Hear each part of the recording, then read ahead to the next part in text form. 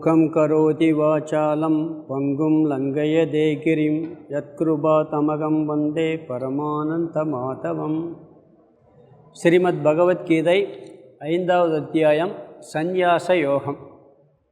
இது சாரம் பார்த்துக்கிட்டு இருக்கோம். 2 கிளாஸ் முடிச்சிட்டோம். இதுக்கு முன்னாடி 4 அத்தியாயம் பார்த்துருக்கோம். அர்ஜுன விஷாத யோகம், சாங்கிய யோகம், கர்ம யோகம், ஞான கர்ம சந்நியாச யோகம். 4வது அத்தியாயத்தில் முதல்ல அவதார தத்துவம் பார்த்தோம். அவதார தத்துவம், பிறகு ஞான கர்ம சந்நியாசம்னா என்ன, அறிவினால் செயலை துறத்தல். அது ரொம்ப இல்லறத்தார்களுக்கு முக்கியம்னு பார்த்தோம். அதில் முக்கியமாக பார்த்தது கர்மத்தில் அகர்மம், அகர்மத்தில் கர்மம்னு பார்த்தோம். பிறகு பிரம்மார்ப்பணம்ங்கிற ஒரு மந்திரத்துக்கு விளக்கம் முக்கியமாக பார்த்தோம். எல்லாத்தையும் வேள்வியாக செய்வது, எல்லா காரியத்தையும் செஞ்சாலும் கூட வேள்வியாக செய்யும் பொழுது அது செஞ்சாலும் செய்யாத மாதிரி ஆயிரும். பிறகு 12 சாதனைகள் சொன்னார். ஞானத்துக்கு தகுதியை அடைவதற்காக 11 சாதனையும், பிறகு 12வது சாதனை ஞானம் சொன்னார். பிறகு ஞான பலன் 3 விதமான நாசம், கர்மநாசம், மோகநாசம், பாபநாசம். இந்த 3 விதமான நாசமும் ஞானத்தால் கிடைக்கும், நாசம் அடைந்துவிடும் சொன்னார். இது 4வது அத்தியாயம். 5வது அத்தியாயத்தில் சந்நியாச யோகம்னா நன்கு விட்டு விடுதல், நன்கு நிச்சயமாக விட்டு விடுதல் சந்நியாசம். அங்கே அறிவினால் விட்டு விடுதல்னாரு, எங்கே இதுக்கு முன்னாடி உள்ளதில்லை. இங்கே செயலினாலே விடுறது. அது எல்லாருக்கும் உகந்ததல்ல. அதனால் பார்த்தோம். இங்கே 4 தலைப்பில் சொன்னார். 2 விதமான வாழ்க்கை முறை, 2 விதமான சாதனைகள், 2 விதமான பலன், பிறகு தியானத்திற்கான பீஜம். 4 தலைப்பில் இந்த அத்தியாயம் இருக்குது. அர்ஜுனன் இல்லறமா துறவரமானு கேட்டான். 3வது அத்தியாயத்தில் கர்மமா ஞானமானு கேட்டான். 2க்கும் பெரிய வித்தியாசம் இல்லை. அங்கே என்ன சொன்னார், கர்மயோகத்தை விட ஞான யோகம் உயர்ந்தது, ஆனால் கர்மயோகம் சிறந்ததுன்னார். இங்கே இல்லறம் சிறந்ததா துறவரம் சிறந்ததான்னு கேட்குறான். அவர் என்ன சொல்கிறாரு, துறவரம் உயர்ந்ததாக இருந்தாலும் இல்லறமே சிறந்ததுன்னு சொன்னார். இல்லறமே மிக மிக சிறந்தது. கர்மயோக வாழ்க்கைக்கு இல்லறம்தான் சிறந்தது, துறவர வாழ்க்கைக்கு ஞான யோகம் சிறந்தது. ஆனால் 2 பேருமே துறவரமோ இல்லறமோ சாதனை 2ஐயும் பண்ணி ஆகணும். மன தூய்மைக்கு கர்மயோகம் பண்ணணும், ஞானத்தை அடைவதற்கு ஞான யோகம் பண்ணணும். இது நீ இல்லறத்திலிருந்து பண்ணாலும் சரி, துறவரத்தில் இருந்தாலும் பண்ணாலும் சரி, 2 பேருக்கு ஞானம் கிடைக்கும், மோட்சம் கிடைக்கும். பலன் சமம்னார். இல்லறத்தில் இருந்தால் கொஞ்சம் ஞானம் அதிகமாக கிடச்சி கொஞ்சம் அதிகமாக சந்தோஷத்தில் இருப்பான். துறவரத்தில் இருந்தால் அப்படி இருக்க மாட்டான்லாம் கணக்கு கிடையாது. அங்கே துறவரம் போய் மன தூய்மை இல்லாமல் ஞானமும் பெறலைன்னா மோட்சம் கிடையாது. இங்கேயும் அதே மாதிரி தான். இல்லறத்தில் இருந்துட்டு சுத்த சுத்தி பெற்று ஞானத்தை அடைஞ்சால் இங்கே மோட்சம் உண்டு. துறவரத்தில் இருந்துட்டு துறவரமே மோட்சத்தை கொடுக்காது. துறவரத்தில் இருந்தாலும் இந்த சாதனையை செஞ்சாதான் மோட்சத்தை அடைய முடியும். சாதனை முக்கியம். கர்மயோக சாதனை, ஞான யோக சாதனைன்னு பார்த்தோம். 2ஐயும் சொன்னார். நிஷ்டாத்வயம், சாதனாத்வயம். நிஷ்டை என்ன, வாழ்க்கை முறை, இல்லறம் துறவரம். பக்குவம் இல்லாமல் ஞானம் அடையாமல் சந்நியாசம் ஏற்பதை விட இல்லறமே சிறந்ததுன்னார். பக்குவத்தோடு சந்நியாசம் எடுக்கலாம், வைராக்கியத்தோடு. அப்படி எடுத்தால் இல்லறத்தை விட அது உயர்ந்தது. வைராக்கியம் இல்லாமல் பக்குவம் இல்லாமல் சந்நியாசம் எடுக்கிறத விட இல்லறம் உயர்ந்தது. ஞானத்தை அடைந்து சந்நியாசம் எடுத்தாலும் பரவாயில்ல, ஞானத்தை அடையாமல் சந்நியாசம் எடுக்கிறத விட இல்லறம் சிறந்தது. ஏன் சந்நியாசம் சந்நியாசத்தை விட இல்லறம் சிறந்ததுன்னு சொல்கிறாருன்னா அது ஒரு காரணம் சொன்னார். சந்நியாசம் மிக மிக கடினம். கத்தி மேலே நடக்கிறது மாதிரி, கோட்டைக்கு வெளியே இருந்து சண்டை போடுறது மாதிரி. இல்லறத்தில் அப்படி இல்லை. அது எல்லாரும் கடைப்பிடிப்பது மிக மிக கடினம் அப்படின்னார். முக்கியமான விஷயம் மனசில் இருக்கக்கூடியதை விட்டு விடுதல் தான். ஒருத்தர் அன்னைக்கு சொன்னேன், சன்னியாசி இருக்கார், 10 பொருள் வச்சுருக்கிறாரு, 5 பொருள் தியாகம் பண்ணிவிட்டு 5 பொருளை வச்சுருக்கேன்னு சொல்கிறாரு. இவர் 1000 பொருள் வச்சுருக்காரு, 500 பொருளை தியாகம் பண்ணிவிட்டு 500 பொருள் வச்சுருக்கேங்கிறாரு. 2 பேருக்கு என்ன வித்தியாசம் இருக்குது? ஒரு வித்தியாசமும் கிடையாது. 2 பேருக்கு ஒரு வித்தியாசம் இல்லை. இதுன்னா முழுசாக திறக்கணும். அங்கே வச்சுக்கிட்டு இருந்தாலும் கூட அறிவினால் துரத்தல், ஞான கர்ம சந்நியாச யோகம்னு பார்த்தோம் இல்லறத்தில். அது நீ கர்மயோகம் பண்ணுனா அந்த சித்த சுத்தி பெற்று இல்லறத்திலே ஞானம் அடைஞ்சாலும் கூட அந்த ஞானத்தை பெற்று மோட்சத்தை அடைய முடியும் அப்படிங்கிற கருத்து பார்த்தோம். இல்லறம் துறவரத்தை பற்றி சொல்லிவிட்டு பிறகு கர்மயோகத்தை பற்றி கொஞ்சம் விளக்குனார். ஏன்னா கர்மயோகத்தை பற்றி 3வது அத்தியாயம் 4ஆயத்தில் நிறையா சொல்லிட்டார். குறிப்பாக எந்த செயல் செய்தாலும் கடவுளுக்காக செய்கிறேன், இறைவனை அடைதல் பொருட்டு செய்கின்றேனுங்கிற எண்ணத்தோடு செய்யணும். பலனில் பற்று வரக்கூடாது, பலன் வந்தாலும் பிரசாத புத்தியோடு ஏற்றுக்கொள்ள வேண்டும். இதெல்லாம் நம்ம கர்மயோகத்தின் அங்கங்களாக பார்த்தோம். பிறகு ஞான யோகத்துக்கு வந்தோம் கடைசியாக. இப்போ நம்ம போன கிளாஸில் வரும்போது ஞான யோகம் அப்படிங்கிற தலைப்பை பார்க்க ஆரம்பித்தோம். இங்கே ஞான யோகத்தில் என்னன்னு சொன்னால் சிரவணம், மனனம், நிதித்தியாசனம், இந்த 3 சாதனைகள் ஞான யோகத்தில் முக்கியம். சிரவணம்னா என்ன? குருமுகமாக சாஸ்திரங்களை கற்றல். ஆரம்பத்தில் நாம படிக்கலாம், தப்பு இல்லை. ஆனால் தத்துவத்தை நல்லா புரிஞ்சுக்கிறணும்னா யார் மூலமாக படிக்கணும்? குரு மூலமாக படிக்கணும். அந்த குரு சாஸ்திரத்துக்கு அந்த டேப் ரெக்கார்டரு கேசட் சொன்னேன், ஞாபகம் இருக்கா உங்களுக்கு? ஞாபகம் இருக்கா? அது மாதிரி குரு அவர் எனக்கு மனசில் தோன்றுச்சுலாம் சொல்லக்கூடாது. சில பேர் சொல்லுவாங்க நானாக கண்டுபிடிச்சேன், சில பேர் என்ன நான் தியானத்தில் எனக்கு தோணுச்சு கண்டுபிடிச்சேன்னு சொல்லுவாங்க. அப்படிப்பட்ட குருட்ட படிக்கக்கூடாதுன்னு சொல்லுவாங்க. பரம்பரையாக வந்திருக்கணும்.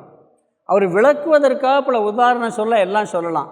வேதத்துக்கு புறம்பா வேதத்தில் இருக்க கருத்தை பரம்பரையாக சொல்லி வரணும். அதே வேதத்தை பல மாதிரியாக சொல்கிறாங்க. ஏன்னா ஒரே வேதத்துக்கு துவைதம், விசிஷ்டாத்வைதம், அத்வைதம் 3மே வருது. ஆனால் முறையாக ட்ரெடிஷ்னலாக வரணும்னு சொல்லுவாங்க. ஏன்னா மனிதனுடைய புத்தியில் என்றைக்குமே தோஷம் இருக்கும். மனிதன் புத்தியில் என்றைக்கும் தோஷம் உண்டு. இன்றைக்கி ஒன்றை நீ கண்டுபிடிச்சின்னா இன்னொருத்தன் அந்த கண்டுபிடி தப்புன்னு சொல்லுவான். விஞ்ஞானத்திலே உண்டு. அதே மாதிரி ஒரு காலத்தில் நம்ம சரின்னு சொன்னால் இன்னொரு காலத்தில் மாறிடும். அதனால் நம்ம என்ன பண்ணுவோம்னா வேதத்தில் மட்டும் மாற்றுறதுக்கு யாருக்கு ரைட்ஸே இல்லை. சொல்கிறோம்ல, ஒரு கிராமத்தில் கூட சொல்லுவாங்க, யாராவது ஒருத்தருடைய பேச்சை மறுக்கக்கூடாதுன்னு உன் வாக்குனா வேத வாக்கா அப்படின்னு கேட்பாங்க. ஒரு சாதாரணமாக கேட்போம், வேத வாக்கா அப்படின்னா வேத வாக்குனா மறுக்கக்கூடாது. வேதத்தை மாற்றுறதுக்கு யாருக்குமே ரைட்ஸ் கிடையாது. வேதம் கடவுளால் நம்மளுக்கு கொடுக்கப்பட்டதுன்னு ஒரு எண்ணம் இருக்குது. அப்படிப்பட்ட வேதத்தை படித்து அந்த வேதத்தின் மூலமாக ஞானத்தை சொன்ன குருவிடம் படித்தல், புரியும் வரை படித்தல். புரியாது, புரிகிற வரைக்கும் திருப்பி திருப்பி திருப்பி கேளு, சிரவணம் பண்ணு. கேட்டு அந்த தத்துவத்தை புரிய வேண்டும். கொஞ்சம் கொஞ்சமாக, மெதுமெதுவாக, ஸ்டெப் பை ஸ்டெப்பாக கேட்கணும். எடுப்புலேயே நம்மளுக்கெல்லாம் அந்த ஞானம் வந்துடாது. பூர்வ ஜென்மத்தில் ஏதாவது நம்ம சாதனை பண்ணி ரமணர் மாதிரி செத்து தொலைன்னு ஒரு வார்த்தை அவருக்கு ஞானத்தை கொடுத்துச்சு. ஏன்னா ரமணருக்கு அந்த மாதிரி ஒரு சில பேருக்கு ஆரம்பத்திலே சாதனை பண்ணி வந்திருக்கலாம். பொதுவாக முறையாக கொஞ்சம் கொஞ்சமாக படிக்கணும் அப்படிங்கிற கருத்து பார்த்தோம். பிறகு சந்தேகம் நீங்குதல், மனனம். நாம் நிறைய கேட்கும் பொழுது நம்மளை அறியாமல் நிறைய சந்தேகம் வரும். அந்த சந்தேகத்தை குருட்ட கேட்டு நீக்கலாம், அல்லது நம்ம சக மாணவர்கள்ட்ட கேட்டு நீக்கலாம். தொடர்ச்சியாக கேட்கும் பொழுதே ஒரு கிளாஸில் சந்தேகம் அடுத்த கிளாஸில் நிவர்த்தி ஆகும், இல்லை ஒரு 4 கிளாஸ் கழித்து நிவர்த்தி ஆகும். அப்படியே நம்ம அந்த சந்தேகம்லாம் ஆட்டோமேட்டிக்காக போயிடும். சந்தேகத்தோடு போயிருப்பீங்க, அடுத்த கிளாஸில் வேறு டாபிக் வரும்போது அந்த சந்தேகத்துக்கே பதில் வந்துடும். சந்தேகமும் தெளிவாக இருக்கணும். சில பேர் சந்தேகம் கேட்குறேங்கிற பேரில் தேவையில்லாத கேட்டுக்கிட்டு இருப்பாங்க. கிளாஸுக்கு போகிறது எப்பயுமே அந்தர்யோகத்தில் பார்த்தீங்கன்னா கேள்வி பதில் ஒரு நிகழ்ச்சி இருக்கும். அந்த கேள்வி பதில் நிகழ்ச்சியில் என்ன கேட்கணும்னா அந்த என்ன பாடம் நடத்தினாரோ அதில் உள்ள சந்தேகத்தை கேட்டால் சரியாக இருக்கும். அதை விட்டு போட்டு என்னென்னத்தையே கேட்பாங்க. ஒருத்தர் கேட்டார் 2 கேள்வி, சித்மானந்தர் ரொம்ப பயங்கரமாக பதில் சொன்னார். செத்த பிறகு எரிக்கிறது நல்லதா புதைக்கிறது நல்லதான்னு கேட்டார். அந்தர்யோகத்தில் ஞானத்தை பற்றி பேசிக்கிட்டு இருக்காரு. எரிக்கிறது நல்லதா புதைக்கிறது நல்லதான்னு கேட்க அவர் கோவம் வந்துருச்சு சாமிக்கு. 2 வெட்டு, பாதி எரிச்சிரு பாதியை புதைச்சிருன்ட்டார். பிறகு ஒருத்தர் கேட்டார், 30 வருஷமாக வர்றாரு கிளாஸுக்கு. நம்ம என்ன பண்ணுறோம், கர்மயோகம் பண்ணால் மன தூய்மை அடையும்னு பார்த்துக்கிட்டு இருக்கோம். மன தூய்மை அடையாட்டி உடனே கிடைக்காது. ஞானம் வந்தால் முழுச தூய்மை கிடைக்கும். அது வரைக்கும் ஏதாவது கொஞ்சம் அழுக்கு இருந்துக்கிட்டே இருக்கும். ஞானம் வந்த பிறகு கூட பழைய வாசனைகள் ஏதாவது தோன்றும், அதை கண்டுக்கிற மாட்டான். மனசுனா இப்படித்தான் இருக்குன்ட்டு போயிடுவான். முதல்ல கண்டுக்கிடுவான், இப்படித்தான் இருக்கும், ஆனால் செயலுக்கு போக மாட்டான். அப்போ இதெல்லாம் வச்சு இவ்வளவு கேட்ட பிறகு ஒருத்தர் கேட்டார், மனதை தூய்மைப்படுத்துவது எப்படின்னு கேட்டார். கோவம் வந்துருச்சு சாமிக்கு.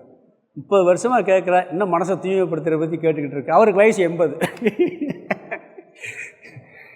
கேள்வி சந்தேகங்கிறது கூட ஒரு கேட்குறோம், அந்த விஷயத்தில் என்ன கேள்வி அதை கேட்கணும், அதை பற்றியே சிந்திக்கணும். நம்மளை எரியாமல் நம்ம முன்னாடி கேட்ட விஷயங்கள் பதில் நிவர்த்தியாகும். இல்லாட்டி குரு சொல்லும் பொழுது நிவர்த்தியாகும், அடுத்த கிளாஸில் நிவர்த்தியாகும், சக மாணவர்களோட நிவர்த்தியாகும். இப்படி சந்தேகங்கள் நீக்கிய பிறகு தெளிவாயிரும். அப்போ நம்மளுக்கு எந்த டவுட்டும் இல்லை.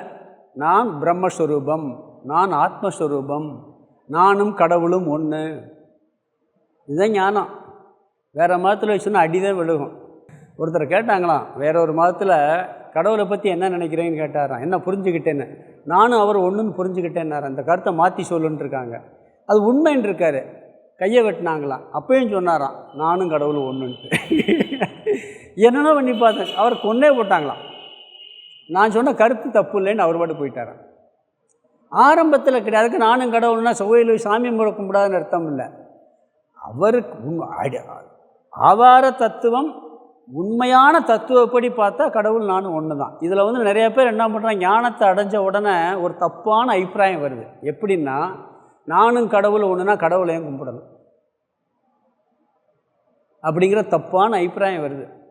கடவுள் சர்வசக்திமான், நம்ம அல்பசக்திமான். கடவுள் சர்வஜன், நம்ம அல்பஜன். ஆனால் சர்வசக்தியும் பொய், அல்பசக்தியும் பொய். சர்வஜனும் பொய், அல்பஜனும் பொய். புரியுதுங்களா? அதுக்கு ஆதாரமான தத்துவத்தின் அடிப்படையில் தான் கடவுள் நான் ஒன்றே ஒழிய அவருக்கு இருக்க ஆற்றல் நமக்கு கிடையவே கிடையாது.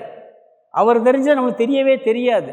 கடவுளும் பொய் நானும் பொய்ன்னா அப்போ சாப்பிட்றது போய் சாப்பிடக்கூடாது. நீங்கள் பொய்யான சாப்பாடை சாப்பிட்றதுக்கு, பொய்யான உடம்பில் வாழ்கிறதுக்கு, பொய்யான உலகத்தில் வாழ்கிறதுக்கு பொய்யான கடவுளை கும்பிடணும். புரியுதா? உடம்பும் பொய்யுங்கிறோம், உலகமும் பொய்யுங்கிறோம். கடவுளுடைய தத்துவம், அதாவது அதுக்கு ஆதார தத்துவம் உண்மை. அந்த கடவுளுங்கிற ஸ்தானம் வரும்பொழுது அங்கே தத்துவத்தில் வரும்பொழுது பொய்யாயிரும். அப்போ அதை பொய்ன்னு ஏற்றுக்கிறது, உலகத்தை பொய்ன்னு ஏற்றுக்கிறது இல்லை. எப்போ பொய்ன்னு வரும்னா, இந்த அகில அண்ட சராசரமும் படைக்கப்படவில்லை அப்படின்னு ஒரு தத்துவம் வரும்பொழுது உலகமே படைக்கலைன்னா படைத்தவனுங்கிற ஸ்டேட்டஸ் எப்படி வரும்? புரியுதா உங்களுக்கு? இதை உற்பத்தி பண்ணவன் யாருன்னு கேட்குறான். ஒருத்தரை சொல்கிறேன், இது உற்பத்தியே பண்ணலைன்னா உற்பத்தி பண்ணவன்கிறது வருமா? நிலை வரும்? வரவே வராது. அது ஞானத்துக்கு போயிட்டே வரும். இதெல்லாம் குழப்பிக்கிற வேணாம், மேலோட்டமாக சொல்கிறேன். கொஞ்சம் இதை விட்டு அது அடுத்த டாபிக், மேலே போகிற டாபிக். ஏன்னா ஞான யோகங்கிறதுனால சொல்கிறேன். சில பேர் ஞானத்தை அடைந்து சந்தேகம் தெளிந்து நானும் பிரம்மன், கடவுளும் பிரம்மன், எல்லாம் பிரம்மன்கிற தத்துவத்தை புனைஞ்சவொடனே ஞானம் வந்துருச்சு, நான் கோயிலுக்கு போகணும், நான் ஏன் சாமி, அப்போ நீ சாப்பிடாத சாப்பாடும் பொய் தானே. அங்கே குழப்பிடக்கூடாது. ஆள் மனசில் அப்படி இருக்கணும். ஞானத்துக்கு முன்னாடி கடவுளை கும்பிடலைன்னா துக்கம் வரும். ஞானத்துக்கு பிறகு ஒரு நாள் கும்பிடலைன்னா ஒன்றும் தப்பு வராது, பெரிய தோஷம் வராது, நம்மளுக்கு மனசில் ஒரு குறை வராது. அதுதான் வித்தியாசம். இவனும் கும்பிடுவான், சாகிறதையும் வழிபாடை விடக்கூடாதுங்கிறாங்க. சாகிறது வரைக்கும் சாப்பிட்றத விடுறோமா? என்ன ஞானம் அடைஞ்சாலும் அந்த வழிபாடு இருக்கிறதான் செய்யணும். சாப்பாடு எப்படி முக்கியமோ வழிபாடு முக்கியம். இப்படி சந்தேகமெல்லாம் தெரிந்து அடைந்த பிறகு நிதித்தியாசனம், விபரீத பாவனை சொல்கிறார். இதில் ஒவ்வொரு வரியில் சொல்கிறார், நம்ம விலை கேட்டிருக்கோம். இந்த 5வது அத்தியாயத்தில் விபரீத பாவனையெல்லாம் வரும். ஞானம் அடைஞ்சா அதை நீக்கிறதுக்கு சாதனை செய்ய வேண்டும். அதுக்கு பேர் தியானம் பண்ணுறது. அடுத்த அத்தியாயம் அதுதான், நிதித்தியாசன தியானம் தான் 6வது அத்தியாயம். அது என்னன்னு சொன்னால், என்னதே அறிவில் இருந்தாலும் கூட விபரீத பாவனை போகாது. அன்றைக்கே சொன்னேன், போன கிளாஸில் அதை கரெக்டாக டச் பண்ணி விட்டேன். நாம் எத்தனையோ ஜென்மாந்திரங்களில் இந்த உடம்பு தான் நான் நினச்சிருக்கோம். எத்தனை ஜென்மம் தெரியாது. புல்லாகி பூடாகி புழுவாகி மரமாகி எல்லா ஜென்மத்தையும் சொல்கிறார். எந்த ஜென்மம் எடுத்தாலும் உடம்பு தான் நானுங்கிற புத்தியோடு தான் பிறந்திருக்கிறோம். நாய் அந்த நாய் உடம்பு நான் நினைக்கும், மான் உடம்பு நான் நினைக்கும், எறும்பு உடம்பு நான் நினைக்கும். நாமளும் அந்த உடம்புல இருக்கும், அந்த உடம்பு நான் நினச்சிருப்போம். இப்போ இந்த உடம்புல இருக்குமோ இந்த உடம்பு நான் நினைக்கிறோம். தேவர்களாகவும் நம்ம பிறந்திருப்போம். அப்போயும் நம்ம தேவ உடம்பு நாம் உடம்பு நினச்சிருப்போம். எப்படி சாமி நம்ம தேவலோகத்துக்கெல்லாம் போயிட்டு வந்துருப்போம்? போயிருப்போம். தேவர்களாக பிறந்து திருப்பி மனிதர்களாக தேவராக பிறந்தாலும் மோட்சம் கிடையாதாங்க, திருப்பி மனுஷப்பிறவி வந்து தான் ஆகணும். அப்போ இவ்வளவு பெரிய இந்த எண்ணங்கள் மனசில் ஊறி இருக்கிறதுனால அது பாவனை உடனே போகாது. அதுக்கு தான் சொன்னேன், ஒரு வீட்டில் ஒரு பொருள் ஒரு இடத்துல வச்சுருக்கோம், 10 வருஷமாக யூஸ் பண்ணிக்கிட்டு இருக்கோம். ஒரு செல்ஃப்லேருந்து எடுத்து யூஸ் பண்ணிக்கிட்டு இருக்கோம். திருப்பி என்ன பண்ணுறோம், அதே பொருளை எடுத்து இன்னொரு இடத்துல வச்சிடுறோம். ஏதோ க்ளீன் பண்ணுறோம், இந்த இடத்துல தான் நல்லா இருக்காது, இந்த இடத்துல வேறு பொருளை வைக்கணும்னு வச்சுட்டு வேறு இடத்துல வச்சிடறோம். மறுநாள் எங்கே போய் தேடுவீங்க, எடுப்பீங்க? பழைய இடத்துக்கு நம்ம தானே வச்சோம், நம்மளுக்கு அறிவு இல்லையா? நாம் தான் வச்சோம், நம்மளுக்கு நல்லா ஞாபகம் இருக்குது, வச்சது நான் தான், இங்கே வச்சுருக்கேங்கிற இங்கே அறிவு இருக்குது. இருந்தாலும் பழைய வாசனையில் தன்னெறியாக ஒரு நாள் போகாது, ஒரு மாதம் கூட போயிட்டு தான் வரும், பிறகுதான் மாறும். பிறகு ஒரு 6 மாதம் கூட போகாது, புது இடத்துக்கு வந்துடுவோம். என்றைக்கோ ஒரு நாள் பழைய வாசம் திருப்பி போகும் தன்னை எறியாமல். இது என்னதான் நான் ஆத்மா, அழியாதவன், மாறாதவன், மரணம் இல்லாதவன் அப்படின்னு சொல்லி பண்ணாலும் கூட அந்த வாசனை கொஞ்சம் இருக்கும். அதற்காக நிதித்தியாசன தியானம் பண்ண வேணும்னு சொல்லி தான் நிதித்தியாசன தியானத்தை அடுத்த நிறையா சொல்ல போகிறார். அப்போ நிதித்தியாசனங்கிற சாதனையை செய்யணும். எப்போ அதை அதுக்கொருக்கா சிந்திக்க அது மனசில் பதிவாகிவிடும். உடல் மனமெல்லாம் நான் பயன்படுத்துகின்ற கருவி, இது நான் அல்ல. ஒரு பேனாவையும் நோட்டையும் பயன்படுத்துகிற மாதிரி பயன்படுத்துகிறேன். நான் இதெல்லாம் கருவி மாதிரி இருக்க வழிய உடம்பு நான் அல்ல அப்படிங்கிறது ஆழ்ந்த உறக்கத்தில் பயன்படுத்துறது இல்லை. ஆனால் நான் இருக்கேனா இல்லையா? இருந்துக்கிட்டு தான் இருக்கேன். அதனால் என்ன சொல்வாருன்னு சொன்னால், நான் எந்த செயல் செய்தாலும் அது உடலும் மனமும் செய்கிறது, நான் செய்யவில்லை அப்படிங்கிற அறிவோடு இருக்கிறது. 4வது அத்தியாயத்திலையும் பார்த்தோம். சூரியனை போல சூரிய வெளிச்சத்தில் எல்லாம் நடக்குது. ஒருத்தன் பொய்ப்பத்திரம் எழுதுகிறான், ஒருத்தன் பாகவதம் படிக்கிறான். இந்த 2 பாவ புண்ணியம் சூரியனை போய் சேருமா? பாகவதம் படித்தா புண்ணியம், பொய்ப்பத்திரம் எழுதுனா பாவம். சூரிய வெளிச்சம் இல்லாட்டி 2 நடக்காது. சூரிய வெளிச்சம் இல்லாட்டி 2 நடக்காது. அப்போ அது சூரியனை போய் பாதிக்காது. அது மாதிரி இவன் பாவம் செய்ய போகிறதில்ல. ஆனால் என்ன செஞ்சாலும் இவன் கர்த்தா அல்ல, போக்தா அல்லங்கிற புத்தி இருக்கிறதுனால இவன் அந்த ஞானம் இவனுக்கு இந்த கர்த்திருவ புத்தியை கொடுக்காது. அதனால் இதெல்லாம் சிந்திச்சு நீக்குவான்னு சொல்கிறார். எல்லா துயரத்திற்கும் அனைத்து குழப்பங்களுக்கும் காரணமே இந்த அறியாமைதான். நான் யாருன்னு தெரியாமல் இருக்கக்கூடிய அறியாமைதான். அது போயிடுச்சின்னு சொன்னால் நம்மளுக்கு எல்லாம் போயிடும். இது வேதாந்தத்தில் கொஞ்சம் ஹையஸ்ட்டாக சொல்லும்போது சொல்லுவாங்க. நான் ஏற்கனவே ஒரு இதில் சொல்லியிருக்கு, பஞ்சதேசிங்கிற ஒரு நூலை சொன்னேன். அதில் சொல்கிறார், இப்போ தான் 7வது அத்தியாயம் எடுக்கிறோம்.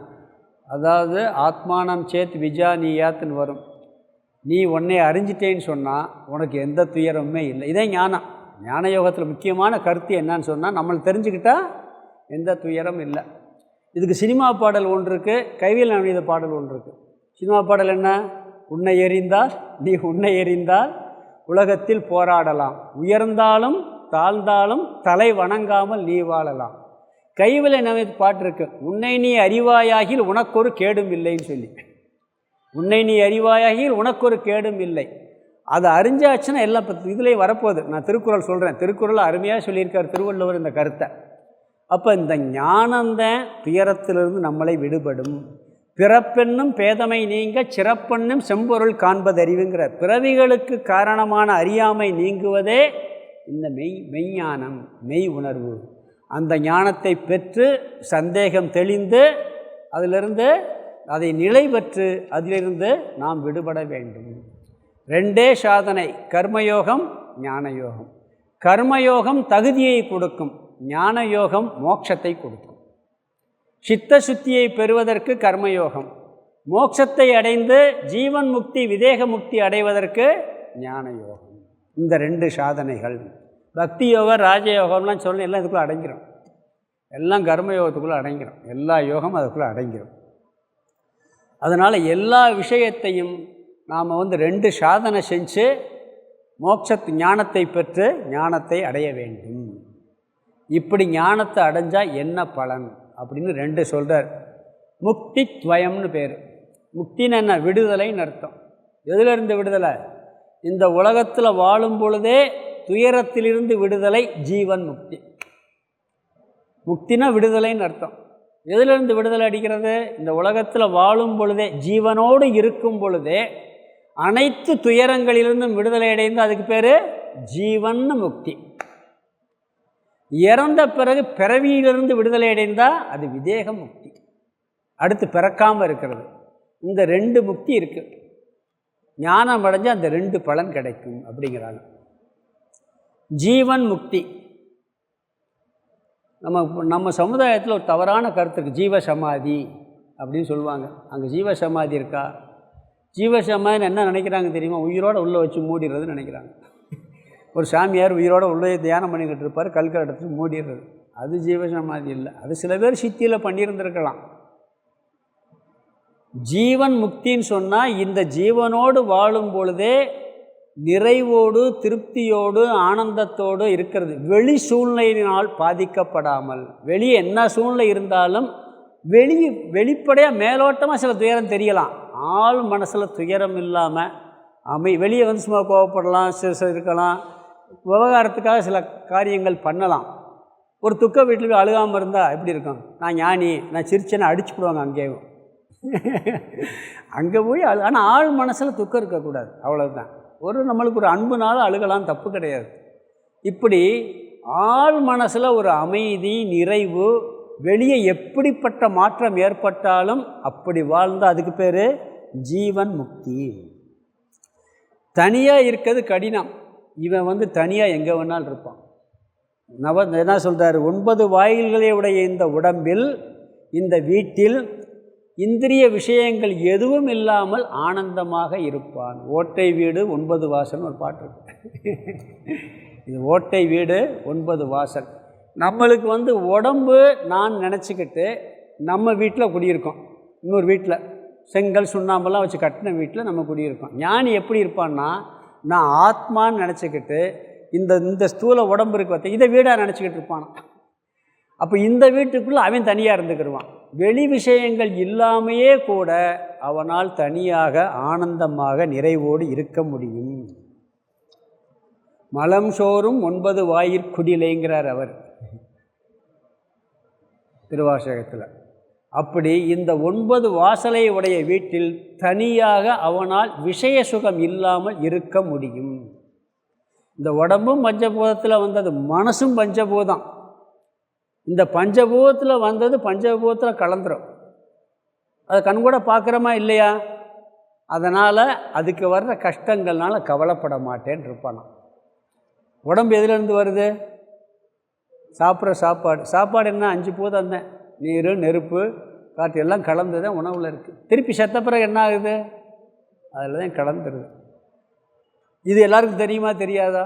தெரியும். ஞானி உடம்பு என்னாகும் தெரியுமா? ஞானி உடம்பு அப்படித்தான் போகும். ஞானி உடம்புனாப்பில் அப்படியேவா இருக்கும்? இருக்காது. அவர் உடம்பு பஞ்சபூதத்தில் கலக்கும். ஞானிக்கு ஒரு ஸ்பெஷல் என்னன்னா, மனசு இருக்குது பார்த்தீங்களா? நம்ம மனசும் பஞ்சபூதத்தில் ஆனது. அதுதான் உயிர் தத்துவம்னு சொல்லுவோம். மற்றவங்களுக்கு அது ட்ராவல் பண்ணோம். ஒன்று சொர்க்கத்துக்கு போகும், நரகத்துக்கு போகும், எறும்பு உடம்புல போகும், ஏதாவது ஒரு உடம்புல போய் பூந்துக்கிறோம் அடுத்த பிறவிக்கு. மற்றவங்களுக்கு அப்படி ட்ராவல் பண்ணி, ஞானிக்கு அந்த உடம்பும் அழிஞ்சு போகும். ஏன்னா அது சூட்சமமான பஞ்சபூதத்துன்னு வந்துச்சு. ஞானம் வந்த பிறகு இறந்தால் அதில் போய் கலந்து. அதனால் இவன் என்ன பண்ணுறான்? பஞ்சபூதத்தில் வந்துச்சு, பஞ்சபூதத்தில் போகுதுன்னு சொல்லி இவன் நிறைவோடு ஆனந்தமாக இருப்பான். இவனுக்கு வர்ற கஷ்டத்தை தாங்கிக்கிட்டு சந்தோஷமாக இருப்பான். சில பேர் சொல்லுவாங்க, எனக்கு கஷ்டம் வந்தால் தாங்கிக்கிடுவேன், மற்றவங்களுக்கு கஷ்டம் வந்தால் தாங்க மாட்டேன் அப்படிம்பாங்க. நல்லது தான், அந்த குணம் இருக்கிறது ரொம்ப உயர்ந்தது.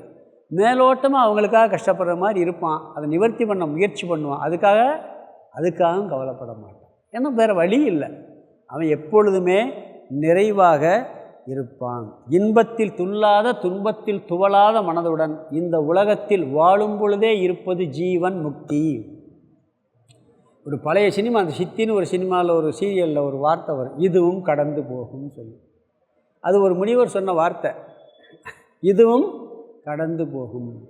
நீங்கள் நல்ல ஞானமே வேணாம், தூக்கி வச்சுருங்க. ஒன்று சிந்திச்சு பாருங்கள், இந்த வார்த்தையை எடுத்து சிந்திச்சு பாருங்கள்.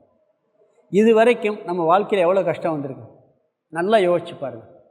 தாங்க முடியாத கஷ்டம்னு சொல்லியிருப்போம், இருக்கா இல்லையா? அது எத்தனை நாள் இருந்துச்சுன்னு சிந்திச்சு ஆராய்ச்சி பண்ணி பாருங்கள். இப்போ ஒரு கஷ்டம் வருது, ஒரு பெரிய கஷ்டம் வருது. வரும்பொழுது இது மாதிரி நம்மளுக்கு எத்தனை கஷ்டம் முன்னாடி வந்துருக்கு லிஸ்ட் எடுங்க. அந்த கஷ்டம் வரும்பொழுது அது எத்தனை நாள் இருந்துச்சுன்னு பாருங்கள். அந்த கஷ்டம் இப்போ இருக்கான்னு பாருங்க. முதல் நாள் இருந்த கஷ்டம் மறுநாள் இருக்காது. ஒருத்தர் மரணம் கூட வச்சுக்கோங்க, அன்னைக்கு துடிச்சு அழிஞ்சு மயக்கம் போட்டு கத்தி கும்பிடுவாங்க, பாடி எடுத்துகிட்டு போனால் கொஞ்சம் குறைஞ்சிடும், மறுநாள் கொஞ்சம் குறையும். அதுக்கடுத்த பிறகு கம்ப்ளீட்டாக மறந்தே போயிடுவான். உயிருக்கு உயிர் அவங்க இல்லாட்டி என்னால் வாழவே முடியாதுன்னு நினச்சா கூட மாறிடும். அது மாதிரி இப்போ வரக்கூடிய துயரம் என்ன ஆகும்னா போயிடும், கடந்து போயிடும். இன்பமும் அப்படித்தான். விஷய இன்பம் இருக்குது பார்த்தீங்களா, அதுவும் அதே தான். அப்போ இருக்கிற இன்பம் மறுநாள் இருக்காது, குறைஞ்சிக்கிட்டே போய்கிட்டே தான் இருக்கும். எல்லாம் இப்போ ஆராய்ச்சி பண்ணாலே ஞானமே வேணாம். இப்படி யோசித்தாலே துக்கத்திலிருந்து ஓரளவுக்கு விடுபட்டு விட முடியும். இதுவும் கடந்து போகும் அப்படின்னு சொல்கிறது. அதாவது இந்த தாங்க முடியாத துக்கம்னு எல்லாரும் சொல்லுவோம். விவேகானந்தர் ஒரு இடத்துல சொல்கிறாரு, அதாவது எப்பயுமே என்ன சொல்லுவாங்களா மக்கள் எல்லாருமே, அந்த காலம் மாதிரி இந்த காலம் இல்லைப்பா அப்படின்னு எல்லா காலத்துலையும் சொல்லுவாங்களாம். நம்ம தாத்தா என்ன சொல்லியிருப்பார், அந்த காலம் மாதிரி இப்போ இல்லை. நம்ம என்ன சொல்கிறோம், எங்கள் காலம் மாதிரி இப்போ நம்ம பேரங்கிட்ட சொல்லிக்கிட்டு இருக்கோம். இது எப்பயும் உண்டு. அது மாதிரி எல்லா மனுஷனுமே நான் பட்ட கஷ்டம் எவனும் படக்கூடாதுப்பா, எனக்கு வந்த கஷ்டம் யாருக்கு வரக்கூடாதுப்பா. அப்போ எல்லோரும் சொல்லுவாங்கங்கிறாரு இதை.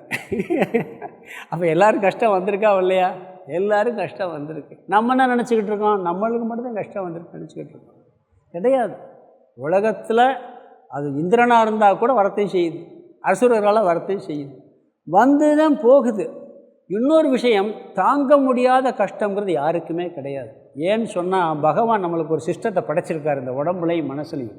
என்ன சிஸ்டம்னா, ஒருத்தன் பாருங்கள், சாதாரண கையில் வெட்டு பட்டுச்சுன்னு வச்சுக்கலாம், ஒரு கையில் ஒரு பட்டுச்சுன்னா மயக்கம் போட்டுருவான். அதை தாங்க முடியாத நினச்சான்னு சொன்னால் என்ன ஆயிரும், அந்த துயரத்துலேருந்து கடவுள் எடுத்துருவார், மயக்கத்தை கொண்டு போயிடுவார். ஒரு வீட்டில் பாருங்கள், பெரிய துக்கம் இருக்கும், ஒருத்தர் சாதாரண உட்காந்துருப்பார், இன்னொருத்தர் ஆளு மயக்கம் போட்டுருவார். ஏன்னா அவருக்கு அந்த துக்கத்தை தாங்க முடியலன்னு என்ன பண்ணிடுறாரு, உடனே சந்தோஷத்துக்கு கொண்டு போயிடுறாரு கடவுள். மயக்கம் போட்ட கவலை இருக்குமா? இருக்காது. பகவானே என்ன பண்ணுறாரு, தாங்க முடியாத துக்கம் வரும் பொழுது ஒருத்தன் கையவே வெட்டிட்டு அவன் பாட்டுக்கு இருப்பான். ஏன்னா அவன் தாங்க முடியுது, அவனுக்கு தாங்க முடியல மயக்கத்துக்கு போயிடுவான். ஒரு சின்ன அடிபட்டால் ஒருத்தன் மயக்கம் போட்டுருவான், ஒருத்தன் பெரிய காயம் வந்தாலும் அவனுக்கு தாங்க சக்தி இருக்குது. நம்மளுக்கு தாங்குகிற சக்தி இல்லைன்னா பகவான் துன்பத்திலிருந்து இன்பத்தை கொண்டு போயிடுறாரு. இதுதான் லாஜிக்கு. உண்மையா இல்லையா? யோசிச்சு பாருங்கள், இருக்கா இல்லையா? அப்போ தாங்க முடியாத துக்கம் யாருக்கா வருமா? வந்தால் போயிடுவோம், ஆனந்தத்துக்கு போயிடுவோம், நம்ம சொரூபத்துக்கு போயிடுவோம். நம்ம சொரூபம் ஆனந்தம்தான். அது பகவானே படைப்பிலே படைச்சிருக்கிறார். நம்ம சும்மா சொல்லிக்கிட்டு இருக்கோம் நம்மளுக்கு கஷ்டம், தாங்க முடியாத கஷ்டம்னு சொல்லிட்டு. தாங்க முடியாத கஷ்டம் கிடையாது. இவனுக்கு எந்த தோஷ பயமும் இல்லை. இந்த ராகு வருது, 7 நாடு வருது, எத்தனை நாடு அவனை ஒன்றும் பண்ண. 7 நாடு வந்தாலும் ஒன்றும் கலங்க மாட்டான், 9 நாடு வந்தாலும் கலங்க மாட்டான். அது வர்றது வந்துட்டு போயிடும் சொல்லிடுவான். இந்த அட்டமத்தி சனி, 7 நாடு, மொத்தம் எத்தனை ராசி இருக்குது? 12 ராசி. மொத்தம் எத்தனை கோடி மக்கள் இருக்கோம் இங்கே? உலகம் பூரா 700 கோடி. அது 12 வகுங்க. அப்போ 60 கோடி மக்களுக்கு 7 நாடு நடக்குமா நடக்காதா? 60 இல்லை, 360. ஏன்னா 3 ராசிக்கு 7 நாடு நடக்கும். அப்போ 4ல் 1 பங்கு மக்களுக்கு, இப்போ 600 கோடி மக்கள் இருந்தால் ஜனத்தொகை உலகத்தில் 150 கோடி மக்களுக்கு 7 நாடு நடந்துக்கிட்டு இருக்கு. இன்னமும் நம்மளுக்கு முன் நடக்கிற மாதிரி துயரப்பட்டு உட்காந்துக்கிட்டு இருக்கோம். உண்மையா இல்லையா? எல்லாருக்கும் இருக்குது, நம்மளுக்கு மட்டும் வருது. போகிறது தப்பு இல்லை, கோயிலுக்கு போகலாம், பரிகாரம் தேடலாம், பூஜையெல்லாம் பண்ணலாம். ஐயோயோ எனக்கு வந்துருச்சேன்னா வரும். 30 வயசுக்குள்ள ஒரு இடம் வந்ததே ஆகும். 60 வயசுனா 2 இடம் வந்திருக்கும், யாருக்கும் வராமல் இருக்காது. இதை போய்கிட்டு ஜோசியர் சொல்கிறாரு, சரி பரிகாரம் பார்ப்போம், பூஜை பண்ணலாம், தியானம் பண்ணலாம், அதெல்லாம் பண்ணிட்டு போகணும். இதவே நினச்சிக்கிட்டு இங்கே உட்கார மாட்டான். இவன் நிறைவோடு இருப்பான், ஆனந்தமாக இருப்பான் அப்படிங்கிறார். இவன் நிறைவுடன் இருக்க காரணம் சமதர்ஷனம், அதனால் துக்கம் இல்லைங்கிறார். பசுவிடத்தும் பிராமணனிடத்தும் ஸ்லோகத்திலே வருது, எல்லாத்துலையும் சமபாவனையோடு இருப்பான். சமபாவனைங்கிறத நிறைய பேர் என்ன பண்ணுறாங்கன்னா தப்பாக புரிஞ்சுக்கிறாங்க. சமபாவனைன்னா தப்பாக புரிஞ்சுக்கிறாங்க. ஏன்னு சொன்னால், சமபாவனைன்னா ஞானம் இருக்கிறதுனால யாராக இருந்தாலும் அவனுக்கு இருக்கக்கூடிய உண்மையான சொரூபம், என்னுடைய சொரூபமும் அவனுடைய சொரூபம் ஒன்று அப்படிங்கிற தத்துவத்தை புரிஞ்சுக்கிட்டு சமபாவனை. தொடப்ப கட்டி நகையும் கொண்டு போய் ஒரே இடத்துல போமா சமபாவனைன்னு சொல்லி இல்லை. நான் சொல்கிறேன், 500 ரூபாய்க்கு ஒரு வெள்ளியில், ஒரு 1000 ரூபாய்க்கு ஒரு வெள்ளியில் ஒரு சின்ன ஒரு தோடு வாங்கியிருக்கீங்க வச்சுக்கிறோமே. இப்போ எல்லாம் வெள்ளிக்கு 1000 ரூபாய்க்கு இவ்வளோதான் கிடைக்கும், தங்கத்துக்கு வாங்கவே முடியாது. ஒரு 10,000 ஒரு ஷூ வாங்கியிருக்கீங்க, புரியுதுங்களா? ஷூ 10,000 ரூபா, ஒரு வெள்ளி பொருள் 1000 ரூபா, ரெண்டையும் பீரோவில் பூட்டி வைப்பீங்களா? வெள்ளியே பீரோவில் வைப்பீங்க, ஷூவை எங்கே வைக்கணுமோ அங்கே தான் வைப்பீங்க. விலை கூணாக்க வைக்க முடியுமா? அது மாதிரி சமபாவனைங்கிறது என்னென்னா, விவகாரத்தில் கலெக்டர் அங்கே தான் உட்காரணும், பியூன் வந்து நானும் போய் அங்கேயே உட்காரக்கூடாது. ஆனால் வெளியே வந்த உடனே இவன் பியூனும் இவன் தாழ்வானுங்கிற புத்தி அவருக்கு வரக்கூடாது, புரியுதுங்களா? இந்த பழைய சினிமா படம் ஒன்று இருக்குது, உயர்ந்த மனிதன் ஒரு படம், பார்த்துருக்கீங்களா? சிவாஜி கணேசனுடைய ஃப்ரெண்டு தான் டிரைவராக இருப்பார். இங்கே எல்லாம் வித்தியாசமாக இருக்கேன். தனியாக எஸ்டேட்டுக்கு போனோன்னு என்ன பண்ணுவேன், தோளில் கையை போட்டு பாட்டு படிப்பான், அந்த நாள் ஞாபகம் வந்ததே சொல்லிட்டு. ஆள் மனசில் வேறுபாடு இல்லை, விவகாரத்தில் யார் எப்படி இருக்கணும் அப்படித்தான் இருக்கணும். அவனை இழிவாக நினைக்கிறதோ இவரை உயர்வாக நினைக்க எல்லாம் பிரம்மஸ்வரூபங்கிற ஞானம் இவனுக்கு இருக்குது ஞானிக்கு. அதனால் இவனுக்கு சமநோக்கு இருக்கும், அந்த சம பாவனை இருக்கிறதுனால இவனுக்கு துக்கம் வராது அப்படிங்கிறார்.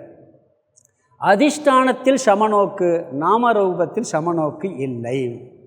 ஒரு நாய் எடுத்துக்கிட்டிங்கன்னா, ஒருத்தர் வர்றார், குலைக்கும், நல்லா குலைக்கும், எஜமானம் வந்தால் வாலாட்டம். 2 பேருமே மனுஷங்க தான். இதுக்கு என்னன்னு, இது நம்மளை சேர்ந்தவர் அப்படிங்கிறதுனால வாலாட்டுது, இவன் வேற ஆள்னு சொல்லி குலைக்குது. அவருக்கு அதுக்கு வந்து என்னென்னா இந்த உடம்பை மட்டும் பார்க்குது. இவர் வேண்டியவர், இவன் ஞானிக்கு அந்த பாவனையே இல்லை. இவனுக்கு எல்லா இடத்துலையுமே எப்படி இருக்கும், அறிவு இருக்கிறதுனால அது சமபாவனை. ஏற்கனவே நான் சொல்கிறது தான், மனிஷா பஞ்சகம் ஆதிசங்கருடைய லைஃப்பில். ஆதிசங்கரர் வந்து வர்றாரு காசியில், வரும் பொழுது ஒரு சண்டாளம் வர்றான், இவர் குளிச்சுட்டு வர்றாரு, சண்டாளம் வர்றான், தூரப்போன்னு அவனை தூரப்போ சொல்கிறாங்க. அவன் உடனே நிற்பான், ஏ சாமியோ யாரை தூரப்போ சொல்கிற அப்படிம்மா. யார் சண்டாளம் கேட்பான், நாய் திங்கிறவன், நாய் மாமிசம் திங்கிறவன் தலையில் புளிச்ச கஞ்சியை கொண்டுக்கிட்டு வர்றான், தூரப்போன்னு சொல்லுவாங்க. என்ன கேட்குறான், நீ யாரை தூரப்போ சொல்கிறேன்னு கேட்பாங்க. உன் உடம்பும் பஞ்சபூதம், என் உடம்பும் பஞ்சபூதம், நீ தயிர் சோத்து சாப்பிட்டு வளர்ந்துருப்ப, நான் வந்து நாய் மாமிசம் சாப்பிட்டு வளர்ந்துருப்பேன். ரெண்டுமே பஞ்சபூதத்தில் வந்து ரெண்டுமே பஞ்சபூதமாக போகுது. பஞ்சபூதத்துலேருந்து பஞ்சபூதத்தை விலகி போக சொல்கிறியா? நீயும் ஆத்மா நானும் ஆத்மா, 2 ஆத்மா ஒரே ஆத்மா தான், விலக முடியாது. எதை விலக சொல்கிறேன்னு கேட்டவுடனே சாஸ்தாங்கமாக காலில் விழுந்துருவார் சங்கரர். இந்த தத்துவத்தை புரிந்து எவன் சொல்கின்றானோ அவன் சண்டாளனாக இருந்தாலும் சரி, பிராமணனாக இருந்தால் அவன் எனக்கு குருன்னு சொல்லி, இவர் 5 சுலோகம் சொல்லி சண்டாளன் காலில் விழுவார். ஆதிசங்கரர் விழுவுமா? அதே சமானம் இருக்குது. தத்துவத்தின் அடிப்புன்னு நல்லா புரிஞ்சிருக்கான். அவன் சண்டாளனாக இருந்துட்டு போகிறான். சமணம். மாமிச கடைக்காரனுக்கு ஞானம் வந்ததை பார்க்குறோம், ஒரு பத்தினி பெண்ணுக்கு ஞானம் வந்ததை பார்க்குறோம். அறிவின் அடிப்படையில், பிரம்மத்தின் அடிப்படையில், தத்துவத்தின் அடிப்படையில் அனைத்து உயிர்களுக்கும் ஆதார தத்துவம் ஒன்று. வெளியே தோற்றத்திற்கு வேறுபாடு இருக்குங்கிற அறிவு இருக்கிறதுனால ஆள் மனசில் சமநோக்கு இருக்கும், விவகாரத்தில் தனித்தனியாக தான் இருப்பான். புலியும் நாராயணன் அப்படிங்கிறதுக்காக புலி நாராயணனை போய் கட்டி பிடிக்காதேம்பார். புலியும் நாராயணன் வடி வந்த அதுக்காக புளியை போய் கட்டிப்பிடிக்க முடியுமா? ராமகிருஷ்ணர் உபதேசத்துலேயே ஒன்று வரும், ஒரு மதம் பிடிச்ச யானை வருது, அதில் யானைப்பாக உட்காந்துருக்கான், சிஷியர்கள் ஒரு 10 பேர் நடந்து வர்றாங்க.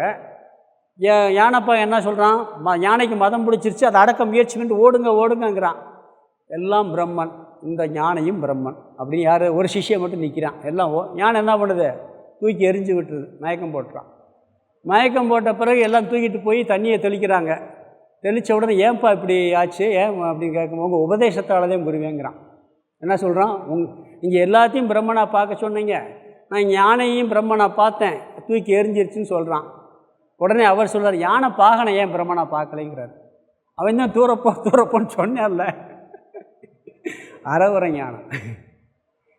அது எந்த இடத்துல எப்படி பார்க்கணும்னு இருக்கணுமே ஒழிய அதில் வித்தியாசம் இருக்க வேண்டும். ஞானிக்கு புகழ்ச்சியும் இகழ்ச்சியும் ஒன்று. புகழ்ச்சியினால் அவன் அப்படியே சந்தோஷப்படுறதில்லை, இகழ்ச்சியினால் துவல்வதும் இல்லை. பிறகு கடவுள் பொதுவாக எப்படி படைச்சிருக்கிறாருன்னு சொன்னால், இந்திரியங்களெல்லாம் வெளி விஷயத்தை நோக்கி போகிறது மாதிரி தான் படைச்சிருக்காராம். ஒரு உபனிஷத்தில் வருது, அதாவது இந்திரியங்களை வெளி விஷயத்தை நோக்கி போகுமாறு படைத்து கடவுள் எங்களை வஞ்சித்து விட்டார்னு வரும். மனிதனை வஞ்சித்து விட்டார்ன்ட்டு. சின்ன குழந்தை கொஞ்சம் வர வந்துருச்சுன்னா பாருங்கள், தூக்கிட்டு போங்க, பேசாமல் உட்காந்து வரேன் பராக் பார்க்கன்னு ஓங்கி ஒரு தடவை தட்டுவோம். தன்னை எறியாமல் சுற்றி இருக்கிறத பார்க்க சொல்லுவோம். இது இயல்பாகவே இந்திரியங்கள் அப்படி போகும். இவன் அப்படி போக விடாமல் தடுத்திருப்பான். இவன் என்ன பண்ணணுமோ அதை பண்ணிக்கிட்டு தடுத்திருப்பான். அதனால் இவனுக்கு குறையில்லை, நிறைவோடு இருப்பான். அதாவது வெளி சுகத்தில் அதிகமான ஈடுபாடு இருந்தால் ஆத்ம சுகம் கிடைக்காதும்பாங்க. வெளி விஷயங்கள் இந்திரிய சுகங்கள் அதிகமாக ஈடுபாடு இருந்தால் ஆத்ம சுகம் கிடைக்காதும்பாங்க. வயிறு நிறைய சாப்பிட்டு தியானம் பண்ணால் தியானம் பண்ண முடியாது. அது மாதிரி வெளியே ரொம்ப போச்சுன்னா விவகாரத்துக்கு இந்த உடலை காப்பாற்றணும், ஆயுள் இருக்கிற வரைக்கும் உயிரோடு வாழணும். அதுக்கு நாம் எல்லா விஷயத்திலையும் அனுபவிச்சு தான் ஆகணும். அதோட ரொம்ப போனோம்னு சொன்னால் இந்த சுகத்தை அனுபவிக்க முடியாது. ஏன்னா ஆதார தத்துவத்தை பார்க்கணும். அந்த அடிப்படையில் இவனுக்கு சமநோக்கு இருக்கும். எதிர்க்க இப்போ கணபதி சில்க்ஸில் ஒரு யானை இருந்துச்சு பார்த்தீங்களா, முன்னாடி வச்சுருந்தாங்க. ஒரிஜினல் யானை மாதிரியே இருக்கும். சின்ன குழந்தைகளை அதை பார்த்துட்டு என்ன பண்ணது, வாழை ஆட்டிக்கிட்டு இருக்கும், தும்பிக்கை ஆட்டிக்கிட்டு இருக்கும். பொம்மை அது, நம்மளுக்கு பொம்மைன்னு தெரியும், சின்ன குழந்தைக்கு தெரியுமா? அதை பார்த்துக்கிட்டே நிற்கும். ஏன்னா யானையை பார்த்தா போர் அடிக்காதான். குழந்தைங்க எப்போயாவது யானை ஊரில் வந்துச்சு என்ன ஒரு 10-20 ரூபாய் ஓடிக்கிட்டே வருவான் பின்னாடியே. அப்படி யானையில் ஒரு ஆனந்தம். நம்மளுக்கு அது ஆணை இல்லைன்னு தெரியும், ஞானிக்கு இதெல்லாம் உண்மை இல்லைன்னு தெரியும். இந்த உலகத்தை பார்த்து உலகத்தில் வாழ்ந்து கொண்டிருக்கும் போதே உண்மை இல்லை என்ற அறிவோடு இருப்பான். அதனால் அவன் துயரப்பட மாட்டான் அப்படிங்கிறார். இந்த உலக சுகத்தில் ரொம்ப மூழ்கிட்டான்னா இந்த சுகத்துக்கு வர முடியாது. அதுக்கு ஒரு உதாரணம் சொல்லுவாங்க. இப்போ பௌர்ணமிக்கு 2 நாளைக்கு முன்னாடின்னு வச்சுக்கிறோமே, இன்றைக்கியோட காலையில் பார்த்தீங்கன்னா இந்த சூரியன் சாயந்தரம் 5 மணியாக இருக்கும்போது நல்லா தெரியும் கிழக்க, ஆனால் பிரைட்டாக தெரியாது. ஆனால் சூரியன் மறைஞ்ச உடனே நல்ல பிரைட்டாக தெரியும். அது மாதிரி உலக சுகம் இருக்கும்போது இந்த ஆத்ம சுகங்கிறது பிரைட்டாக தெரியாது. அது போயிடுச்சுன்னா இந்த ஆத்ம சுகம் பிரைட்டாக தெரியும். அதை குறைச்சிட்டனாலே தெரிய ஆரம்பிச்சிடும் அப்படிம்பாங்க. ஒரு தத்துவஞானி சொன்னார், இந்த சுகம் எங்கே இருக்குன்னா நம்மகிட்ட தான் இருக்கான், ஆனால் அதை காண்பது ரொம்ப கஷ்டமாக. அதில் மூழ்கி அதை கண்டுபிடிச்சி அந்த சுகத்தை கண்டுபிடிச்சதில் ரொம்ப கடினம். வெளியே உண்மையிலே சுகத்தை காண முடியாதுங்கிறார். வெளியே சுகம் இருக்கிறது மாதிரி நினைக்கிறோம், முடியாது. அது உண்மையிலேயே சுகம் இல்லை. தன்னிடத்தில் சுகத்தை காண்பான். இதுக்கு ஒரு லாஜிக் இருக்குது, பிருகதாரண்ய உபனிஷத்தில் வர்றது.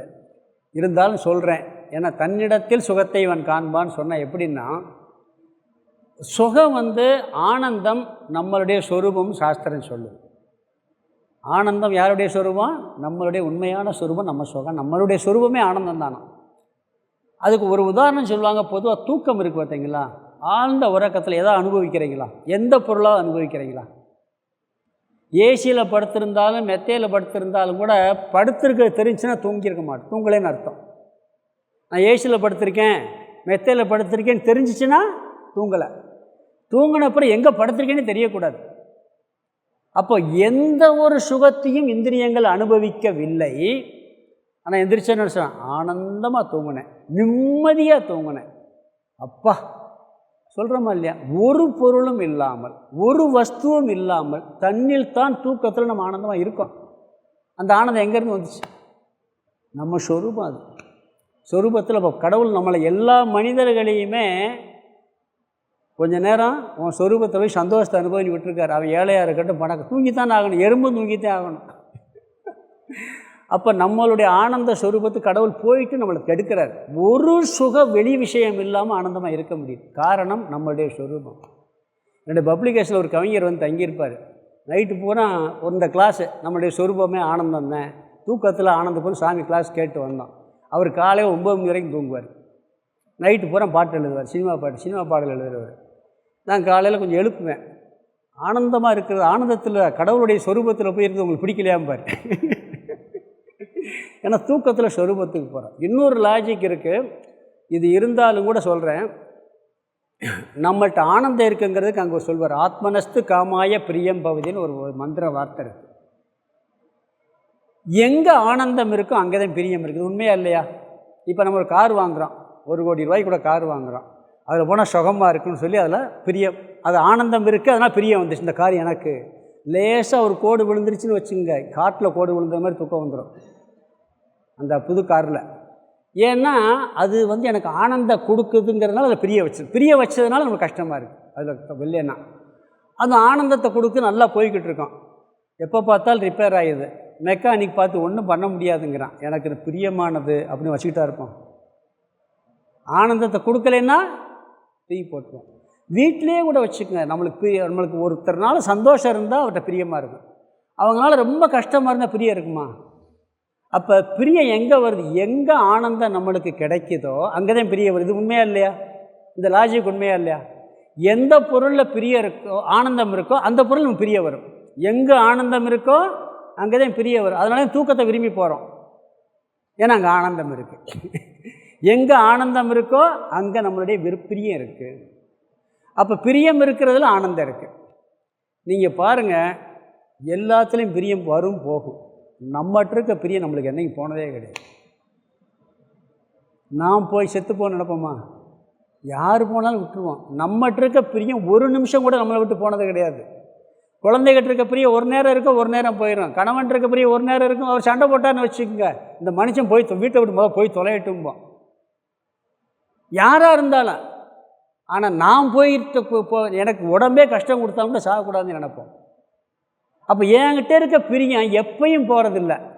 எங்கே ஆனந்தம் இருக்கோ அங்கே தான் பிரியம் இருக்குன்னு லாஜிக் கரெக்டாக இருந்தால் நம்மகிட்ட பிரியம் இருக்கா இல்லையா? என் மேலே எனக்கு பிரியம் இருக்கா இல்லையா? அப்போ என்னுடைய சொரூபம் என்னவா இருக்கணும்? புரியுதா? அப்போ என்னுடைய சொரூபம் எதுவாக இருக்கணும்? தத்துவத்தில் சொல்கிறேன். இது உபனிஷத் மந்திர வாக்கியம், இங்கே கோட் பண்ணுறேன். ஏன்னு சொன்னால், தன்னில் தான் அவன் ஆனந்தமாக ஜீவன் நிறைவாக இருப்பாங்கிறார். இதை புரிஞ்சுக்கிட்டான். தன்னுடைய சொரூபம் ஆனந்தம். கேட்க நல்லா இருக்குது சாமி, ஆனால் அப்ளை பண்ண முடியாது. தத்துவம் இதானே, உடனே வராது. புரிஞ்சுக்கிட்டால் முதல்ல பாருங்கள். அப்போ நம்மளுடைய சொரூபம் ஆனந்தம்ங்கிறது, இதை தெரிஞ்சுக்கிறது கீதை முழுசாக படிக்கும்போது நம்மளுடைய சொரூபம் ஆனந்தம் புரிஞ்சுக்கணும். புரியுதுங்களா? அப்போ இந்த தத்துவத்தை தான் இது வந்து, அப்போ ஞானி எப்படி இருக்கான்? ஜீவன் முக்தி அடைந்தவன் தன்னில் தான் நிறைவோடு ஆனந்தமாக இருப்பான். இன்னொரு லாஜிக், அவனுக்கு எல்லாமே லக்ஸுரி, நெசசிட்டி இல்லை. லக்ஸுரிக்கும் நெசசிட்டிக்கும் ஒரு வித்தியாசம் இருக்குது. அது ஒரு உதாரணம் சொல்கிறேன். இவன் எல்லாத்தையும் லக்ஸுரி, இந்த உடம்பே அவனுக்கு லக்ஸுரி. லக்ஸுரின்னா எப்படின்னா, இப்போ நீங்கள் வந்து ரெகுலராக வந்து ஒரு பொருள் சாப்பிடணும்.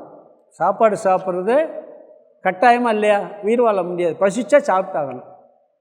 ஒரு நாளைக்கு ரொம்ப ஃபீஸ்ட் உணவு, ஸ்வீட்டு அது இது நிறைய வெரைட்டிஸ் வச்சு சாப்பிட்றீங்க, அது லக்ஸுரி. அது இல்லாட்டி துக்கமாக இருக்குமா? எது இல்லாட்டி துக்கம் வருமோ அது நெசசிட்டி. புரியுதுங்களா? எது இருந்தாலும் ஒன்று, இல்லாட்டாலும் ஒன்று, அது லக்ஸுரி. அந்த காலத்தில் ஃபேன் லக்ஸுரி.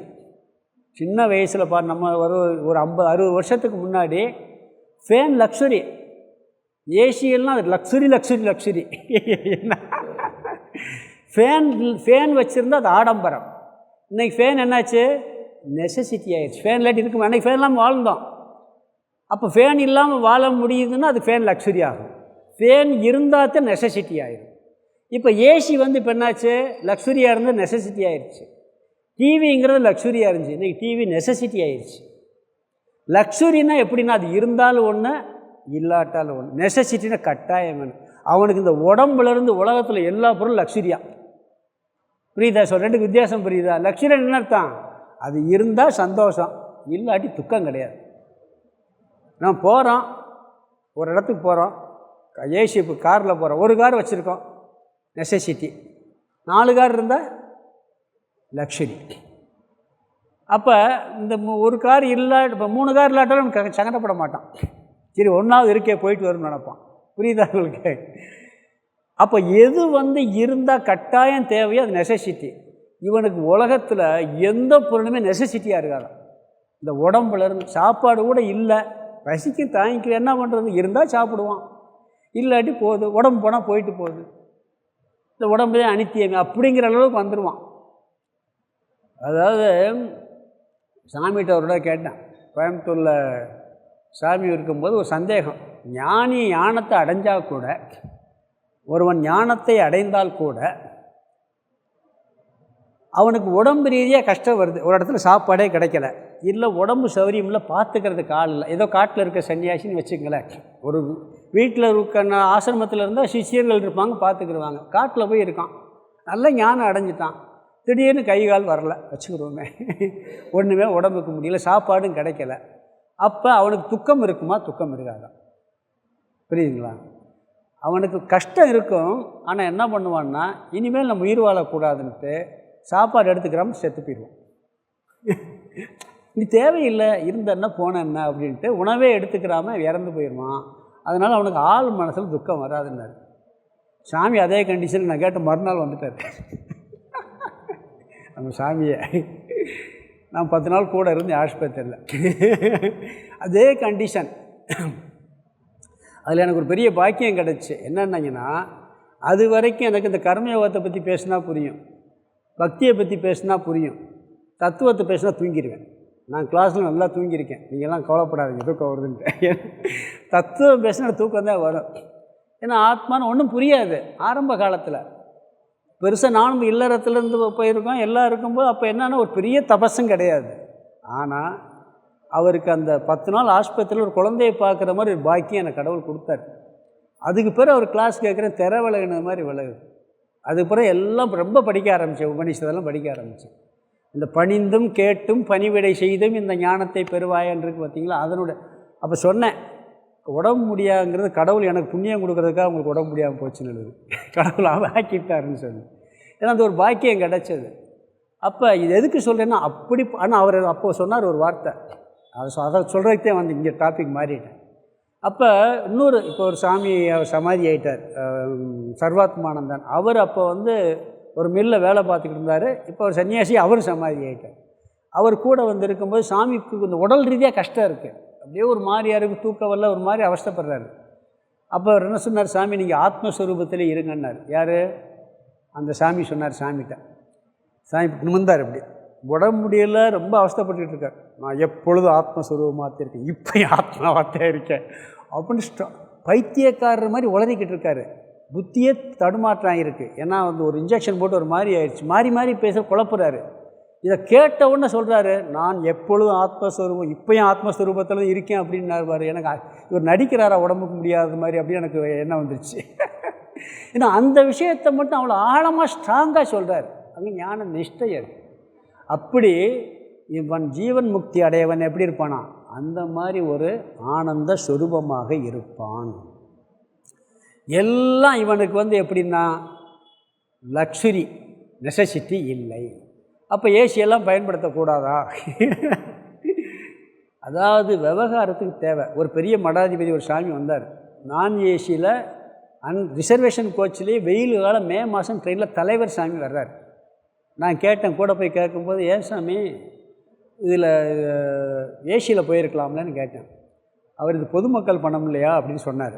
ஆனால் இன்னொரு சாமி சொன்னார், அவர் போனது தப்பு, ஏசியில் தான் போயிருக்கணும். ஏன்னா அவருக்கு வந்து வந்த உடனே நிறைய வேலை இருக்குது, அவர் அதுலேருந்து வந்து டயர்டாகி படுத்துருவார். புரியுதுங்களா?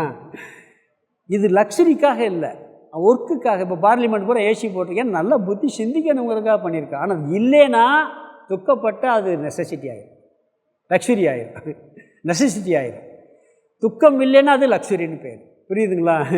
இப்படி ஞானி வாழ்வான்.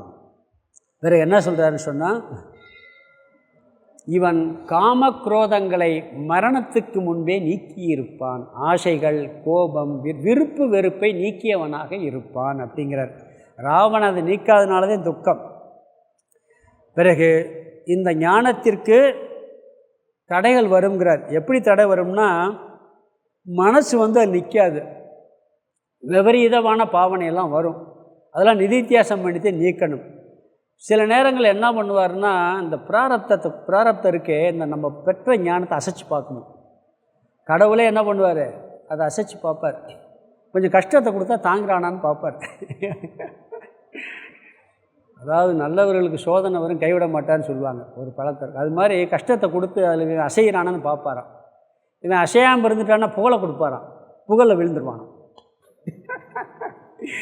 கஷ்டத்தில் இகழ்ச்சியில் இவன் தாங்கிக்கிட்டான்னா புகழை ஓவராக கொடுத்துறது.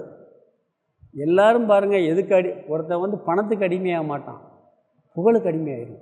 எப்படிப்பட்டாலும் புகழில் வீழ்ந்துருவான். கடவுளே கொடுப்பாராம், இந்த ஞானத்தை அசைச்சு பார்க்குறதுக்கு புகழை கூட கொடுப்பாராம். அப்பையும் இதை அசையாமல் இருப்பான், அதில் வீழாமல் ஆனந்தமாக இருப்பான். இதுக்கு பேர் ஜீவன் முக்தின்னு பேர். புகழில் எல்லோரும் அடிமையாயிரம் நம்ம. பிறகு அடுத்தது விதேக முக்தி. அடுத்த டாபிக் விதேக முக்தி. இதெல்லாம் என்னென்னா, உடம்பில் இந்த உயிரோடு வாழும் பொழுது இந்த பிரச்சனைகள்லாம் இல்லாமல் சந்தோஷமாக இருந்தால் அதுக்கு பேர் ஜீவன் முக்தி. இந்த உடம்பு அழிவதற்கு முன்பே விருப்பு வெறுப்பு புகழ்ச்சி இகழ்ச்சி எப்படிப்பட்ட சூழ்நிலை வந்தாலும் ஒரு திருப்தியோடு நிறைவோடு இருப்பது ஜீவன் முக்தி. அப்படி அந்த அந்த அறிவோடு இருந்து திருப்பி இறந்தான்னு சொன்னால் அவன் மீண்டும் பிறக்க மாட்டான். அப்படி பிறக்காத நிலைக்கு பேர் விதேக முக்தி. அதாவது சச்சிதானந்த ஸ்வரூபமான பிரம்மனே நான்கிற ஞானத்தில் ஒருத்தர் இறந்துட்டான்னா அவனுக்கு பிறக்கிறதுக்கு வழியே இல்லை. ஒருவன் பிறக்கிறதுக்கு காரணம் அறியாமை தான். இந்த அறியாமை போனால் அவன் மீண்டும் பிறக்க மாட்டான். அது மட்டும் இல்லை, நம்ம பிறக்கிறதுக்கு காரணம் என்ன? கர்ம வினைன்னு சொல்கிறோம். சஞ்சித கர்மம், ஆகாமிய கர்மம், பிராரப்த கர்மம்லாம் பார்த்தோம். 3வது அத்தியாயத்திலே சொல்லிட்டார். 3 கர்மம் அழிஞ்சு போயிருந்தார். இவனுக்கு எல்லாம் அழிஞ்சு போகிறதுனால இவனுக்கு பிறக்கிறதுக்கு வாய்ப்பே இல்லை. இவனுடைய சூக்ஷ்ம சரீரம் ட்ராவல் பண்ணாது. இறந்த உடனே நம்ம உடம்பை எப்படி பஞ்சபூதத்தில் போய் மத்தாள் அழிச்சிடுறாங்களோ அது மாதிரி கடவுள் என்ன பண்ணுறாரு, அந்த சூக்ஷ்ம பஞ்சபூதத்தை சூக்ஷ்ம பஞ்சபூதத்தோடு கலத்துடுவார். அதுதான் உயிர் தத்துவங்கிறது. மனசு சூக்ஷ்ம சரீரம் தான் ட்ராவல் பண்ணும்.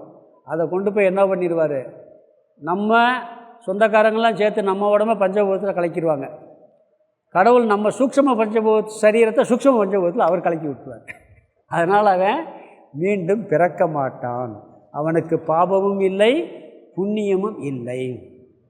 அவன் எப்பொழுதும் ஆனந்த ஸ்வரூபமாக இருந்து இறந்ததால் அவன் சச்சிதானந்த ஸ்வரூபம் என்று புரிந்து கொண்டவன். நம்முடைய உண்மையான ஸ்வரூபம் சத்து சித்து ஆனந்தம். அந்த பிரம்மத்தில் ஒன்றிவிட்டவனாக அவன் அமைதியோடு ஆனந்தமாக நிறைவோடு கலந்து விடுவான்கிறார் சமஷ்டியில். இதுக்கு பேர் பிறவா நிலைமை. அதாவது நம்ம ஸ்வரூபம் ஆனந்த ஸ்வரூபம், சத்து ஸ்வரூபம், சித்து ஸ்வரூபம் சொல்லுவாங்க. சத்துன்னு என்ன இருக்கிறது, நான் இருக்கிறேங்கிறது எப்பவுமே இருக்கா இல்லையா? சித்து ஸ்வரூபம் நம்மளுடைய ஸ்வரூபம், அறிவு ஸ்வரூபம், அது மாறாது, எப்பொழுதுமே இருக்கும். அதுக்கு ஒரு உதாரணம் எப்படின்னா, மற்றதெல்லாம் மாறும், அறிவு மாறாது. இதை பற்றி தெரிஞ்சுக்கிற அறிவு மாறும். நம்மளுக்குள்ளே இருக்கக்கூடிய ஒரு அறிவு இருக்குது, உணர்வு தத்துவங்கிறது. அது எப்படி மாறாதுன்னா, இன்றைக்கி காலையிலேருந்து சாயந்தரம் வரைக்கும் ஒரு பொருளை பார்த்துக்கிட்டே இருக்கீங்க, பல பொருளை பார்க்குறீங்க, இதென்ன இதென்னு சொல்லி. இந்த பார்க்குற அறிவு மாறுச்சுன்னா முதல்ல தெரிஞ்சு மறந்து போயிடும்.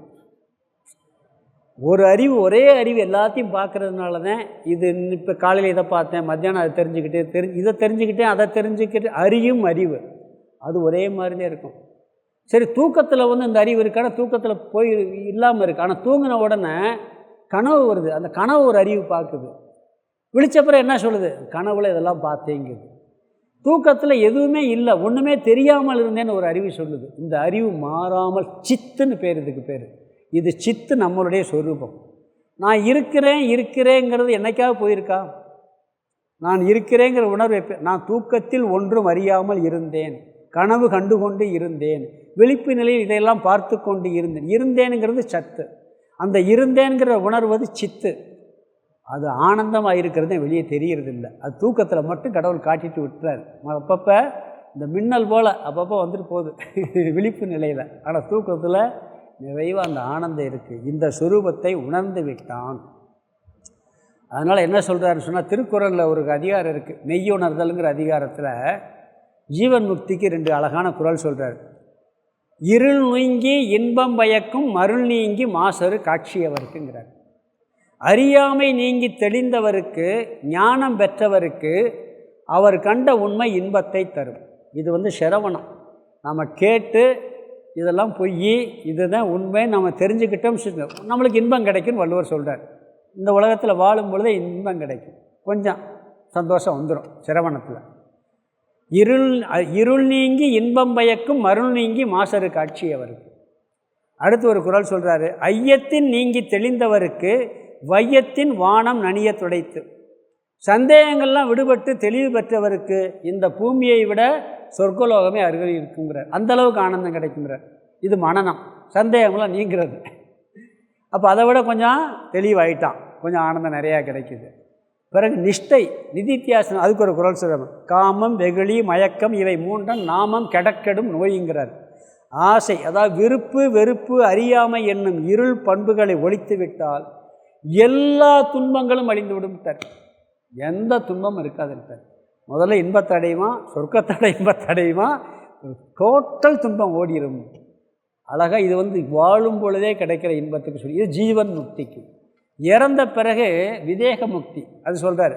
கற்று ஈண்டு மெய்ப்பொருள் கண்டார் தலைப்படுவர் மற்ற ஈண்டு வாரா நெறிங்கிறார். நன்றாக கற்று மெய்ப்பொருள் கண்டவருக்கு மீண்டும் மீண்டும் பிறக்கும் துன்பம் இல்லைங்கிறார். பிறக்கிறது துன்பம், நம்ம பிறக்கிறது இன்பம் நினச்சிக்கிட்டு இருக்கோம். மீண்டும் மீண்டும் பிறக்கும். கர்ப்பப்பையில் வாசம் பண்ணும்போது அவ்வளோ துன்பத்தை அனுபவிப்போமா, நம்மளுக்கு தெரிகிறதில்லை, ஞாபகத்தில் இருக்கிறது இல்லை. பிறந்த பிறகு குழந்தை எவ்வளோ கஷ்டப்படுது பார்க்குறோமா இல்லையா? மீண்டும் மீண்டும் பிறக்கும் துன்பம் இல்லை. நன்றாக கற்று மெய்ப்பொருள் கண்டவருக்கு மீண்டும் மீண்டும் பிறக்கும் துன்பம் இல்லை. இன்னொரு குறள் சொல்கிறார். ஓர்த்து உள்ளம் உள்ளது உணரின் ஒருதலையா பேர்த்துள்ள வேண்டா பிறப்பு. நன்றாக ஆராய்ந்து மெய்ப்பொருள் கண்டவர்களுக்கு நிச்சயமாக மறுபிறப்பு என்பது இல்லவே இல்லை. திருவள்ளுவர் அழகாக சொல்லி முடிச்சிட்டார். அப்போ ஜீவன் முக்தி, விதேக முக்தி இதனுடைய பலன். தியானத்திற்கான விதை கடைசியில் 4வது டாபிக். இதையும் பார்த்துடலாம், ஒரு 10 நிமிஷம் இந்த வாசிக்கிறவன் பாடிக்கிறது. கடைசியில் என்ன சொல்கிறாருன்னா, அடுத்த ஸ்லோகம் தியான யோகம். அதற்காக தியானத்திற்கான பீஜத்தை சொல்கிறார். தியானத்தில் பல படிகள் இருக்குது. இங்கே சொல்ல போகிற தியானம், ஜபம் பண்ணுறது தியானம், கடவுள் நினைக்கிறது தியானம், குணத்தியானம்லாம் இருக்குது, பல படிகள் இருக்குது. இங்கே நாம் கேட்ட தத்துவ விஷயத்தை மீண்டும் மீண்டும் தியானித்தல், அதை அதிகமாக சொல்ல போகிறார். நம்ம கேட்ட விஷயத்தை மற்ற தியானம் உட்காந்து தான் பண்ணணும். இந்த தியானம் எப்போ வேணாலும் பண்ணலாம், உட்காந்தும் பண்ணலாம், பஸ்ஸில் போகும்போது பண்ணலாம், நடந்துக்கிட்டும் பண்ணலாம். அதை அப்படி நாம் பெற்ற தத்துவ ஞானத்தை மீண்டும் மீண்டும் சிந்தித்தல். இதை 3 சுலோகங்களை சுருக்கமாக சொல்கிறார். பொதுவாக தியானம்னா என்னென்னா, இந்திரியங்கள் எந்த செயலும் செய்யக்கூடாது. தியானம் பண்ணும்போது சாப்பிட்டுக்கிட்டே தியானம் பண்ண முடியுமா? இல்லை டிவி பார்த்துக்கிட்டு தியானம் பண்ண முடியுமா? இல்லை பாட்டு கேட்டு தியானம் பண்ண முடியுமா? எதுவும் பண்ண முடியும். இந்திரியங்கள் செயலற்று ஒரு இடத்துல உட்காந்துருக்கணும். மூச்சு சமமாக போய் வரணும். மூச்சு சமமாக போய் வரணும். ஓரளவுக்கு மனசை கட்டுப்படுத்தியிருக்கணும். அது நம்ம கையில் இல்லை. அது பழகத்தை உட்காந்த உடனே எங்கெங்கேயோ சிந்தனை போகும். கண்ணை மூடி உட்காந்த பிறகு தான் பிஸ்னஸை பற்றி ரொம்ப நினைக்கும். அதுக்கு பிறகு கூட நினச்சிருக்க மாட்டான். தியானம் பண்ண உட்காந்த பிறகு தான் எல்லாம் வரும். தியானம் பண்ண உட்காந்தாராம். அவரே எழுதியிருக்கார் ஒரு கட்டையில், உட்காந்து தியானம் பண்ணலாம் அப்படி நினச்சாராம். நினச்சிட்டு உட்காந்த உடனே வீட்டில் சட்னி வாசனை தான், இந்த சட்னியில் வைக்க சொன்னேன், இந்த சட்னி வாசனை வருதுன்னு நினச்சோன்னா இப்போ வந்துச்சா சொல்கிறார். இப்படியே பிறகு நியூஸில், அப்போல்லாம் டிவி கிடையாது, ரேடியோ நியூஸ் போட்டேன், சட்டசபையில் கலவரம். இதை பற்றி நான் இப்போ டிவியில் பேப்பரில் நியூஸில் எழுதுன்னு நினச்சிக்கிட்டு இருந்தேன், அதை பற்றி ஏதோ சொல்கிறானே அப்படின்னு நினச்சார். ஏன்னா ஒரு பத்திரிக்கை ஆசிரியர் இல்லையா. பிறகு இன்னொருத்தர் வந்தார். பிறகு சரி திருப்பி உட்காந்தாராம். சார்னு ஒருத்தர் கூப்பிட்டானா. அவர் தியானம் பண்ணிக்கிட்டு இருக்காரு. இல்லை பேப்பர் வாங்குவேன் அப்படின்ன உடனே இரு எடுத்து வரேன்னு ஒய்ஃப் வந்துச்சான். இவர் தியானம் பண்ணுற கீழே அது பேப்பர் இருந்துச்சான். இது பேப்பரை கீழே போட்டால் தியானம்னு விசிக்கில் எடுத்துகிட்டு போயிடுச்சான் ஒய்ஃபு. எப்படி தியானம் பண்ணுறேன்னு கேட்குறாரு. இப்படியெல்லாம் தியானத்துக்கு தடை வரும். அதெல்லாம் என்ன சொல்கிற, ஓரளவுக்கு நாம் கட்டுப்படுத்தி இருக்க வேண்டும். பிறகு இந்த விருப்பு வெறுப்பு இதெல்லாம் இல்லாமல், அதனால தான் காலையில் விவகாரத்துக்கு முன்னாடி தியானம் பண்ண சொல்கிறேன். யாரும் எந்திரிக்கிறதுக்கு முன்னாடி தியானத்தை முடிச்சிடணும்.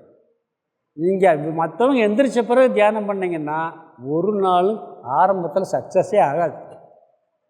திருப்பி அம்மானு கூப்பிடும், அப்பான்னு கூப்பிடும், எல்லாம் வந்துடும் விவகாரம். இல்லை காஃபி சாப்பிடணும், எதுக்கு உட்காந்து தியானம் பண்ணிக்கிட்டு இருக்கேன்றாங்க. பிறகு திருப்பி ஏதாவது பிரச்சனை வரும். மற்றவங்க எந்திரிக்கிறதுக்கு முன்னாடி தியானம் பண்ணி முடிச்சிடணும். அதனால தான் என்ன சொல்கிறாருன்னா, என்ன ஆசை வருது, கோபம் வருது, எல்லாம் விவகாரம் ஆரம்பிச்சிடும். இதெல்லாம் இல்லாமல் பண்ணணும். அப்படி ஒருவன் தியானம் செய்தால் தத்துவ ரீதியாக இவன் கடவுளை பற்றி அறிந்து மேலான மன அமைதியை அடைவான்னு சொல்கிறார். அதுக்கு மேலே ஒரு அமைதி இல்லை. அந்த அமைதி அடைஞ்சாச்சுன்னா அதுக்கு மேலே ஒரு அமைதியே இல்லை.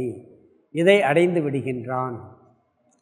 பிறகு கடவுளை பற்றி எப்படி அறிஞ்சிருப்பான்னு சொன்னால் 2 விதத்துலேயும் கடவுள் அறிஞ்சிருப்பான். தியானமெல்லாம் பண்ணி முடித்தாச்சுன்னா கடவுள் ஆதார தத்துவம், என்னுடைய சொரூபமும் கடவுளுடைய சொரூபமும் உரியது ஒன்று. இதை தெரிஞ்சுக்கிட்டு விவகாரத்தில் இந்த கடவுளை நீக்க மாட்டான். அவன் பூஜை பண்ணால் அந்த கடவுள் ஏற்றுக்கிடுவார், ஜபம் பண்ணால் ஏற்றுக்கிடுவார். இதெல்லாம் கடவுள் ஏற்றுக்கொள்ளக்கூடிய கடவுள், அதுக்கு தகுந்த பலனை கொடுக்கக்கூடிய கடவுளுங்கிற அறிவும் இருக்கும். தத்துவ ரீதியாக புரிஞ்சு அவர் நானும் ஒன்றுன்னு நினைப்பான். அதே மாதிரி என்கிட்ட இருக்கிறது குறைவான சக்தி தான், அவர் சர்வசக்தி. அவர் நினச்சா ஒரு செகண்டில் அந்த பிரபஞ்சத்தை படைக்க முடியும், பிரபஞ்சத்தை அழிக்கவும் முடியும். அவர் என்ன வேணாலும் பண்ண முடியும். எனக்கு என்னையை பற்றியே சரியாக தெரியாது. இத்தனை கோடி ஜீவராசிகளுடைய மூளையும் கம்ப்யூட்டரில் அவர் போட்டு வச்சுருப்பார். எதை தட்டினாலும் அவருக்கு தெரியும். நம்மளுக்கு இந்த ஜென்மமே தெரியாது, நம்மளுடைய எல்லா ஜென்மமும் யாருக்கு தெரியும்? கடவுளுக்கு தெரியும். நாம் இந்த ஜென்மத்தை மட்டும் வச்சு என்னை பாடாக படுத்தி எடுக்கிறார் நம்ம நான் சொல்லிக்கிட்டு இருக்கோம். அவர் எல்லாம் கம்ப்யூட்டரில் தட்டி போட்டு இவனுக்கு எப்போ கஷ்டத்தை கொடுக்கணும், எப்போ சந்தோஷம் பார்த்து கொடுத்துக்கிட்டு இருக்கார் அவர். புரியுதுங்களா? அவருக்கு எல்லாம் தெரிந்தவர், நாம் கொஞ்சம் தெரிஞ்சவர். அவர் சர்வசக்திமான், எல்லா செயலும் முடியும். அப்படியும் புரிஞ்சிருப்பான். அவர் படைப்பவர், காப்பவர், அழிப்பவர். நாம் அப்படி இல்லை.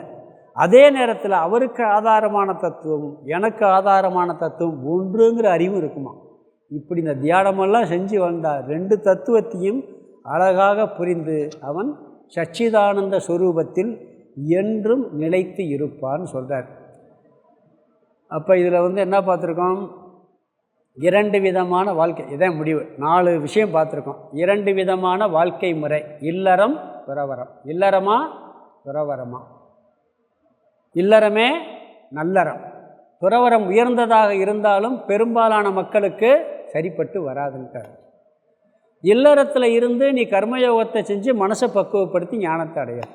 அங்கேயும் ஞான யோக சாதனை பண்ணித்தாங்க.